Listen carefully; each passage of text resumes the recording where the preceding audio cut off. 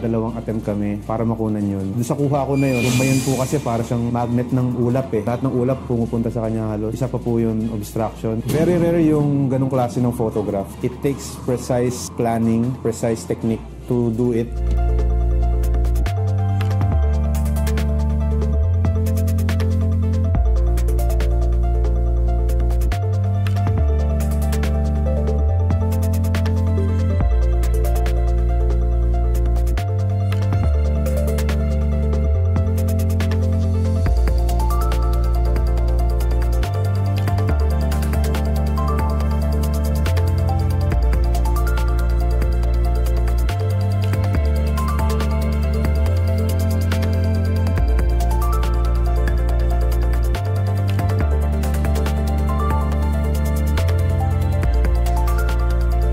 Hindi po ganon kalaki yun pag kinunan kasabay ng Mayon volcano.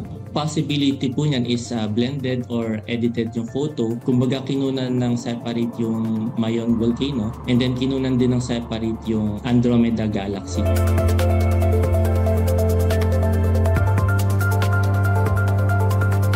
I can confess that if you are using telephoto lens, hindi itsurang star yung Andromeda Galaxy. I took a series of photo habang palubog si Andromeda sa likod ni Mayon.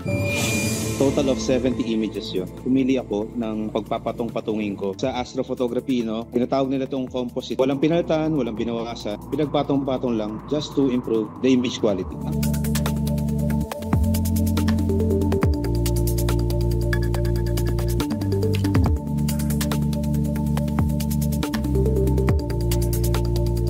Ang real value ng photograph ngayon, nakunan ko sila ng sabay in one frame. Kaya ako proud sa image nila.